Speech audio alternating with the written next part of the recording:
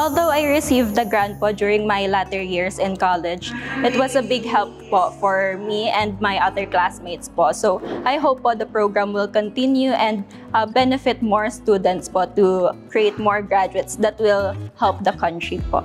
I actually have worked po in hospitality industry already, and the Unifast grant po is one of the help po during my application and my career journey po.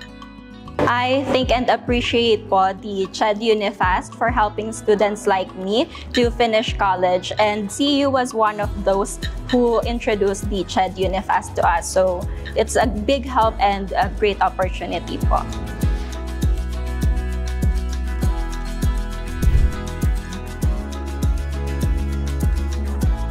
Yung unang kuha ko po ng TS is when I was second year po. Naalala ko po yung ginamit ko po doon is bumili po ako ng laptop. Kasi noon pong time na yun is pandemic. So, nag-transition po online and kailangan po talaga na bumili po ng mga gadgets. And noon time po kasi na yun, medyo luma na po yung mga gamit ko and mabagal.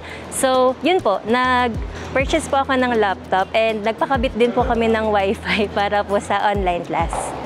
Masaya po kasi syempre subsidy makakatulong po ako sa parents ko kasi being a dentistry student po, yung gastos po talaga, yung tuition, materials, ganyan.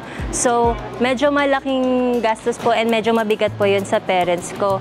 Gusto ko po mag-thank you dun po sa program because isa po ako sa mga maswerte na napili na mabigyan po ng subsidy at napakalaking bagay po yun para sa akin kasi napakalaking tulong po talaga na binigay po ng program sa akin sa pag-aaral ko.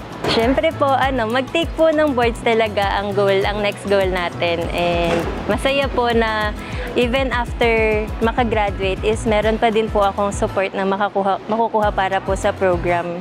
Kasi hindi lang din naman po yun wala nang gastos after, meron pa rin po talaga. So malaking tulong din po na meron pa din po siya after the graduation.